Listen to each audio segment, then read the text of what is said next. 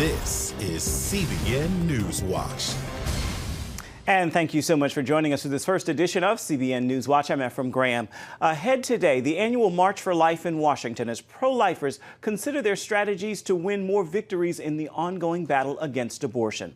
And is the World Council of Churches involved in a program that turns young people into advocates against Israel? Plus, Vice President Mike Pence responds to criticism about his wife teaching in a Christian school.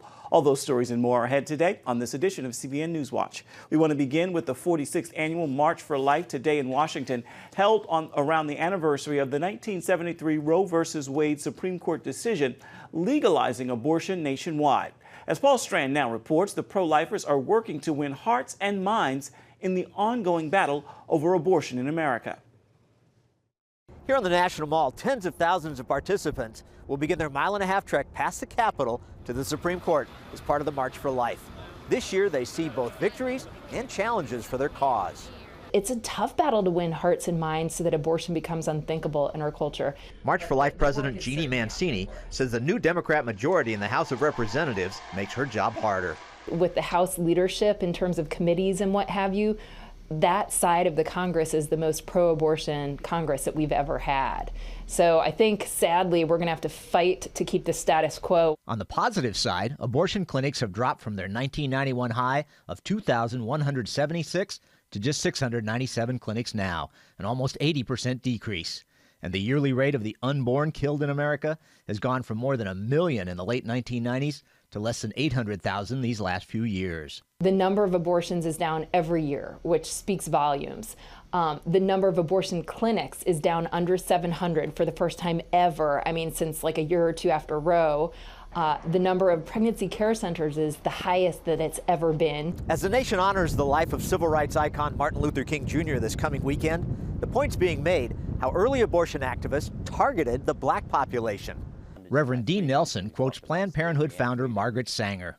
We don't want word to get out that we want to exterminate the Negro population. Sadly, that strategy has proven to be devastatingly effective. African American make up 12 to 13% of the adult, of the women population in America. However, over 33% of abortions are performed on African American women. And in a place like New York City, there are more abortions on black children than black children being born alive. Let's keep in mind that we've lost 60 million Americans to abortion.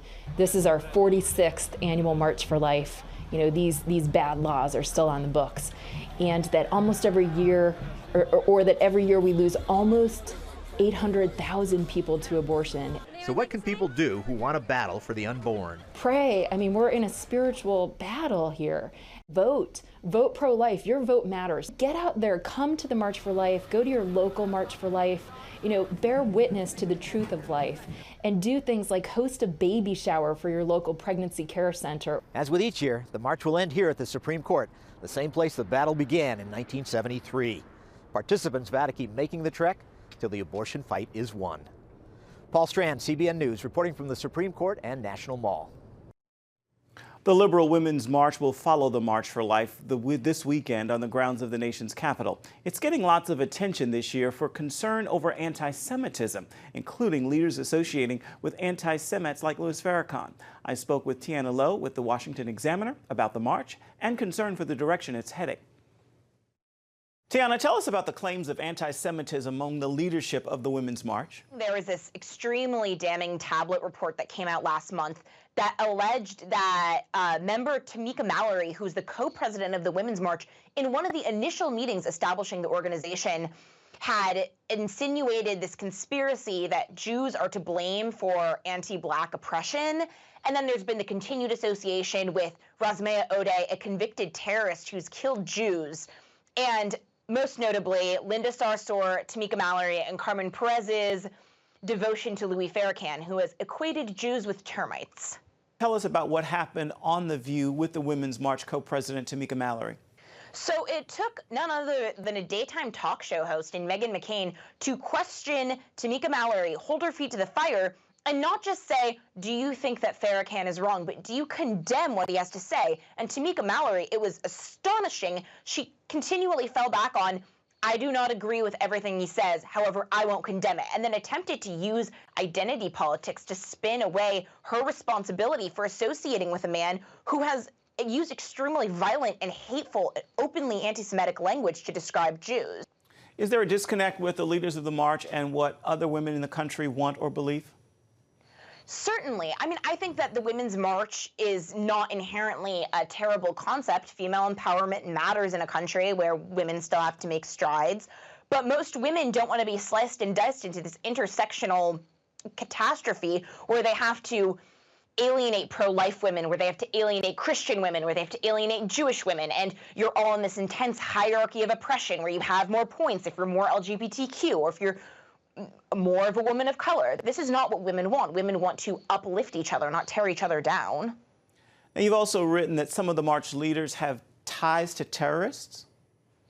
Yes. So Angela Davis will be speaking at the Women's March. She is a convicted terrorist. She was formerly on the FBI's Most Wanted. And Rasmea Odeh was someone who they were fighting for. The hashtag was Justice for Rasmea. And she, again, convicted, found guilty of killing 2 Jews in Israel. How is this playing out in today's political arena? So I think for a while, those on the left thought that they could coast by on continuing to associate with the Women's March because they were seen as intersectional feminist heroes. They hated the president. They were hateful towards all the right people. They alienated pro-life Christians. But I think now that people are seeing that intersectionality always devours its own, because you cannot claim the mantle of oppression without blaming someone else. Tiana Lowe with the Washington Examiner, thank you for your time. Here now are a few of the other stories we're following for you today inside the CBN newsroom. President Trump is being accused of telling his longtime attorney, Michael Cohen, to lie to Congress about when negotiations for a Trump Tower in Russia ended. BuzzFeed News is reporting federal officials work on the deal much longer than Trump claimed. President Trump's attorney, Rudy Giuliani, dismissed Cohen's credibility.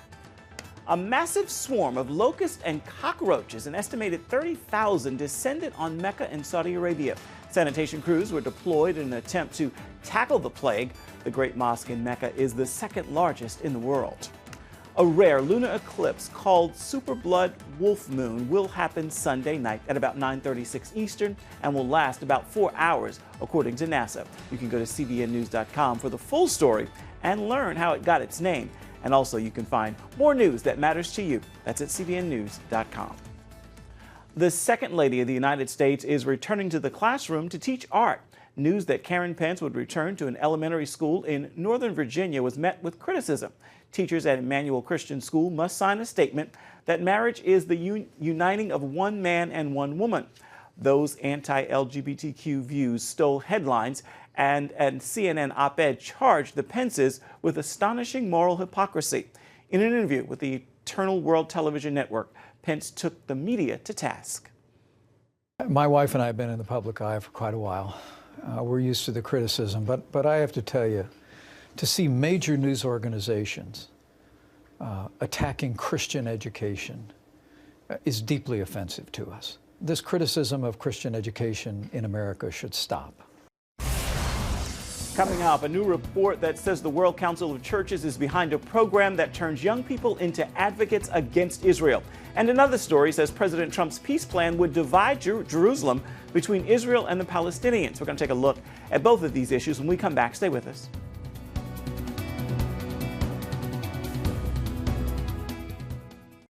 CBN presents The I Wills of God, your path to overcoming fear and anxiety. We're going to talk about some of the incredible promises God has made to His children. In Pat Robertson's newest teaching, you'll discover the I Wills of God. I will rescue him, protect him, answer him, be with him in trouble, deliver him, honor him, satisfy him with long life, show him my salvation, and see amazing stories of God's promises in action. What I felt was loved and treasured. God spared my life twice in 3 days. The good Lord had given me a second chance. Break free from stress and despair. The Lord doesn't want you to live in fear, but to know the rewards given to those who love God.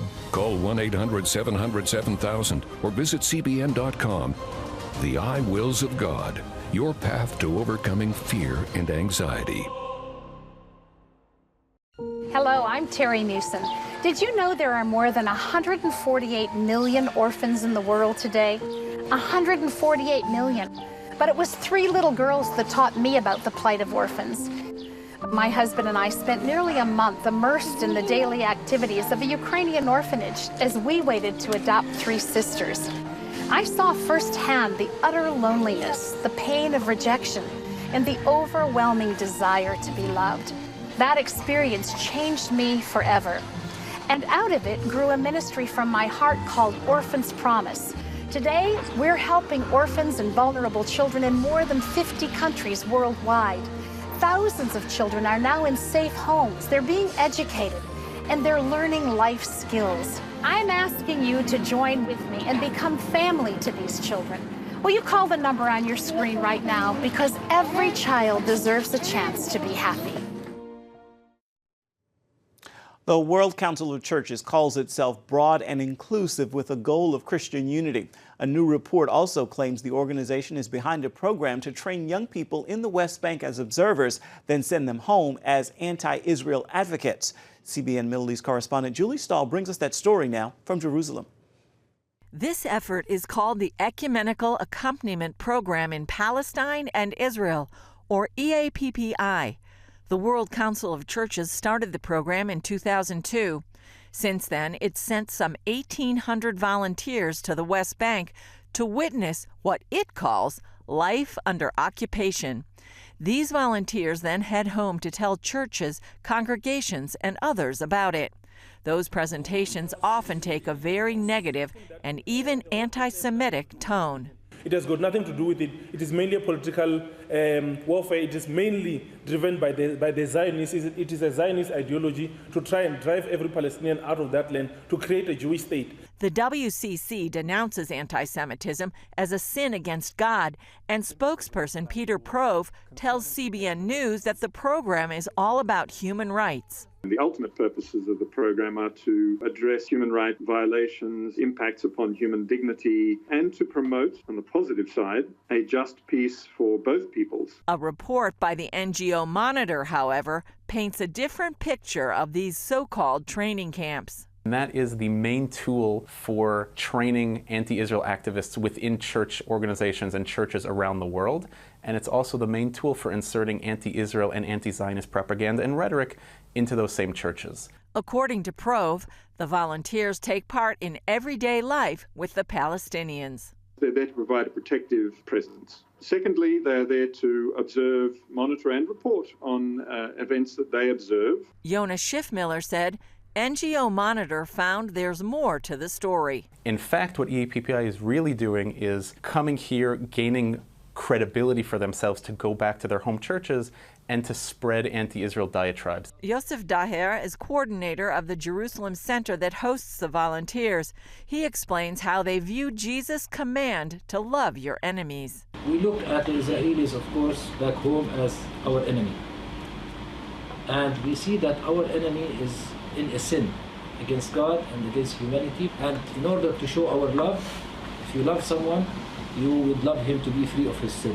So this is where we connected love with resistance. Resistance usually refers to terrorism, but Daher said as Christians they only promote boycott, divestment, and sanctions movement, or BDS. In a response to the report, the WCC said it only promotes boycotting goods from Israeli settlements. That's not Daher's view. Our call for sanctions is targeted at Israel. The WCC recognizes Israel's right to exist according to international law, but doesn't connect it to the Bible. Dr. Robert Smith works with the volunteers and explained it earlier. The biblical narrative of Israel has almost nothing to do with contemporary Israel other than the intentional manipulation of sacred text to justify a political project. The Global Kairos movement declared that any Christian theology that supports Zionism is heresy. David Parsons is vice president of the International Christian Embassy, Jerusalem. He described the 2009 Kairos Palestine Declaration as misguided. For someone to brand Christian Zionism heresy. This is troubling ground because Jesus himself affirmed the restoration of Israel in Matthew 19. The Apostle Peter does it in Acts chapter 3, and Paul does it in Romans chapter 11. So these were all affirming a belief in biblical Zionism, the belief that the Jews would be restored to the land. So are you calling Jesus himself a heretic? Funding for the volunteer training program comes from the World Council of Churches as well as European governments. NGO Monitor would like those countries to reevaluate that support and the WCC to recognize Israel's right to exist as a Jewish state. Julie Stahl, CBN News, Jerusalem. Our CBN News Middle East Bureau Chief Chris Mitchell is joining us live now from Jerusalem. So, Chris, what does this story say about the views of a new generation of views about Israel? Well, Ephraim, I think right now that many of these millennials are in the balance, whether or not they support Israel or not. They're indifferent sometimes. In fact, there was a survey not too long ago by Lifeway Research that said about 77% of older evangelicals support Israel pretty unreservedly, but only 58% of younger millennials. So really, I think the World Council of Churches through this program is really targeting younger millennials. These volunteers come over here, they get a first-hand report, they come back with some credibility, but I think many people feel they're only getting one side of the story when they go back from here. Unfortunate. There was a story about what's in the peace plan for President Trump's administration. What does the report say, and what does the White House say? Yeah, Ephraim, that came out earlier this week, and the report says that the peace plan by the Trump administration that many people are highly anticipating, perhaps sometime later this spring, is that 85 to 95% of the West Bank, biblical Judea and Samaria, would be handed over to the Palestinians. That there'd be some settlements that would remain in Israel, but other settlements would go to the Palestinians. And more seriously for evangelicals is that the eastern part of Jerusalem would become the capital of the Palestinians. Right behind me, you can see the walls of the old city. That would mean that part would be the capital of a future Palestinian state. I think that's the White House dismisses the story. They say there's no truth to that, but we'll see what happens when that plan comes out, presumably in a few months. All right, Chris, what do you have for us this evening on Jerusalem Dateline? Well, at Jerusalem Dateline, we have a lot of stories. We have a recap and a review of all the stories happening in northeast Syria. That's a very important development here in the Middle East. I think one of the major things is we have an interview with the head of what's called the Good Neighbor Policy. This is a lieutenant colonel who for many years was able to really help many of the Syrians caught in the crossfire of the Syrian civil war. We have an extended interview with him. We also have a preview of a documentary by Nancy Spielberg, the sister of Steven Spielberg, about a new documentary about the Jews, the heroic Jews during the Warsaw Ghetto in World War II. We'll have that and much more on this week's Jerusalem Dateline. All right, our CBN News Middle East Bureau Chief Chris Mitchell, thank you so much for joining us. I want to remind you, you can see Jerusalem Dateline tonight at 9:30 Eastern on the CBN News Channel. Still ahead, what's next for Brexit? We're going to take a look at the battle in Britain over leaving the European Union when we come back.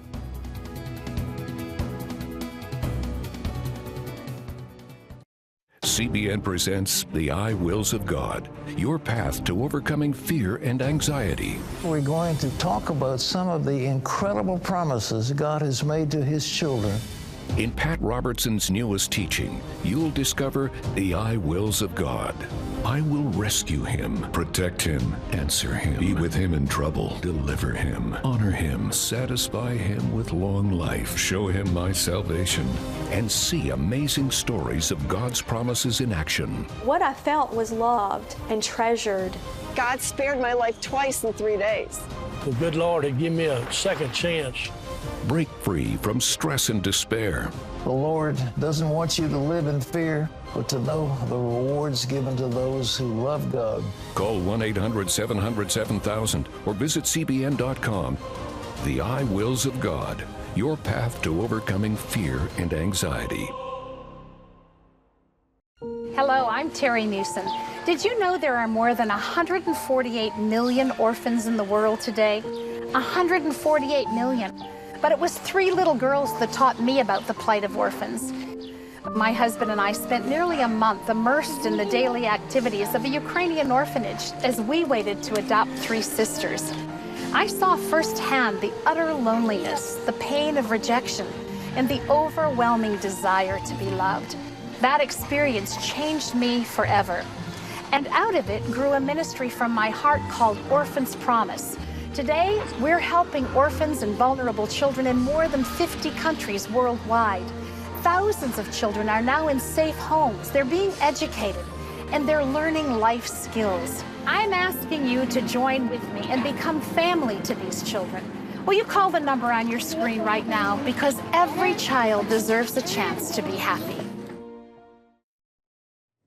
Welcome back. The British government remains deadlocked over Brexit, the vote by the British people to leave the European Union. Prime Minister Theresa May survived a no-confidence vote this week, even though her Brexit deal with the EU was rejected by a huge margin in Parliament. May says she is still committed to leaving with or without a deal.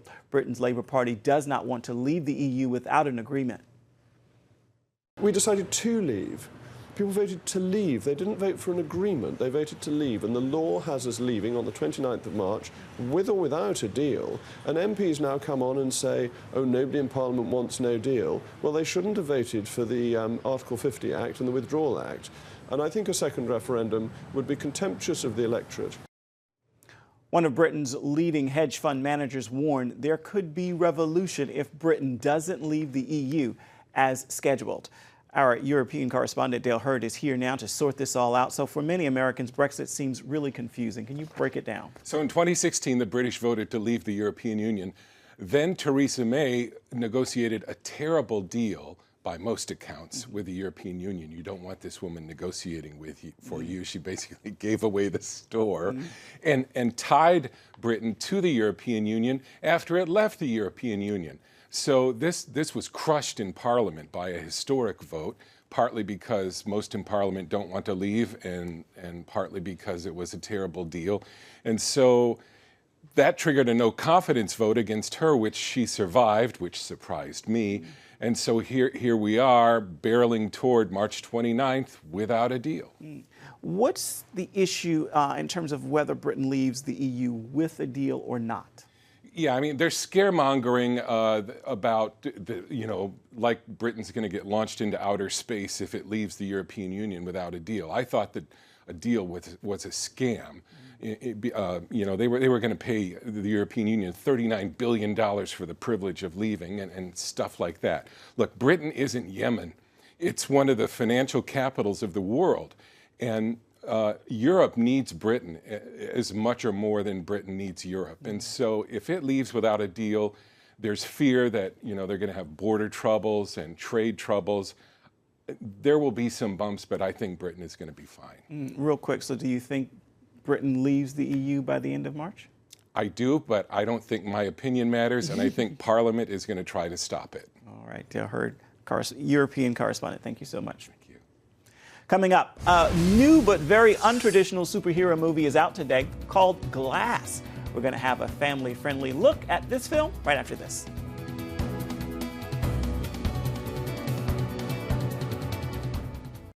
CBN presents The I Wills of God, your path to overcoming fear and anxiety. We're going to talk about some of the incredible promises God has made to His children. In Pat Robertson's newest teaching, you'll discover the I wills of God. I will rescue him, protect him, answer him, be with him in trouble, deliver him, honor him, satisfy him with long life, show him my salvation, and see amazing stories of God's promises in action. What I felt was loved and treasured. God spared my life twice in 3 days. The good Lord had given me a second chance. Break free from stress and despair. The Lord doesn't want you to live in fear, but to know the rewards given to those who love God. Call 1-800-700-7000 or visit CBN.com. The I Wills of God, your path to overcoming fear and anxiety. Hello, I'm Terry Newsom. Did you know there are more than 148 million orphans in the world today? 148 million. But it was 3 little girls that taught me about the plight of orphans. My husband and I spent nearly a month immersed in the daily activities of a Ukrainian orphanage as we waited to adopt 3 sisters. I saw firsthand the utter loneliness, the pain of rejection, and the overwhelming desire to be loved. That experience changed me forever. And out of it grew a ministry from my heart called Orphans Promise. Today, we're helping orphans and vulnerable children in more than 50 countries worldwide. Thousands of children are now in safe homes. They're being educated, and they're learning life skills. I'm asking you to join with me and become family to these children. Will you call the number on your screen right now? Because every child deserves a chance to be happy. A new superhero movie hits theaters today, but it's not a traditional superhero film. It's called Glass, directed by M. Night Shyamalan, and it is a third in a trilogy following his previous movies Unbreakable and Split. Here's a family-friendly look at the movie from Focus on the Family.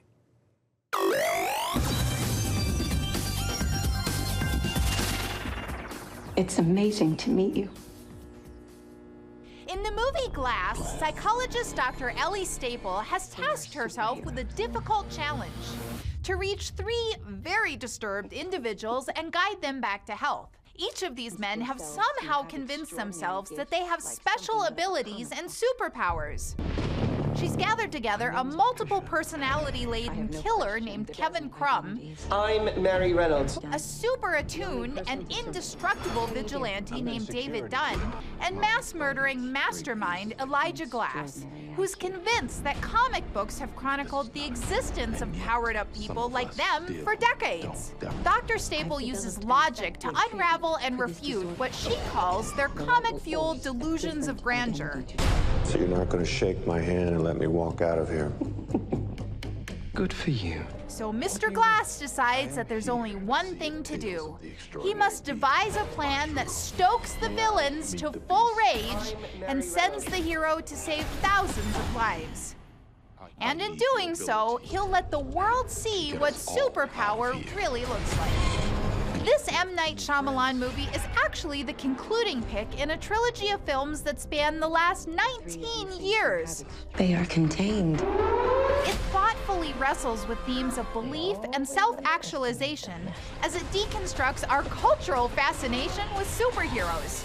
But the movie can also be a bit confusing for non-fans of the past picks, and there's also profanity and deadly violence to be aware of here. So I'll give Glass a 2.5 out of 5 for family friendliness. For more on this film or anything else at your local box office, visit us at PluggedIn.com. Plugging you into the movies, I'm Cheryl Wilhelmy from Focus on the Family's Plugged In Movie Review. Time now for your Friday Faithful, and today I leave you with this thought. There is a difference between God's reveal and God's release. If He's revealed a vision for your life, be patient. The release is coming. You can see this unfold many times in Scripture. Think of the vision as a movie preview. You must now wait for the actual release. Well, that is now going to do it for this edition of CBN NewsWatch. Thank you so much for joining us. And remember, you can find more on the issues you care most about at cbnnews.com. You can also watch CBN News programming at CBN News Channel. Plus, let us know what you think about the stories you've seen here by emailing us, newswatch@cbn.com. And of course, you can talk to us on Facebook, on Twitter, as well as Instagram. Hope you'll join us again right here next time. Have a fabulous Friday and a wonderful weekend.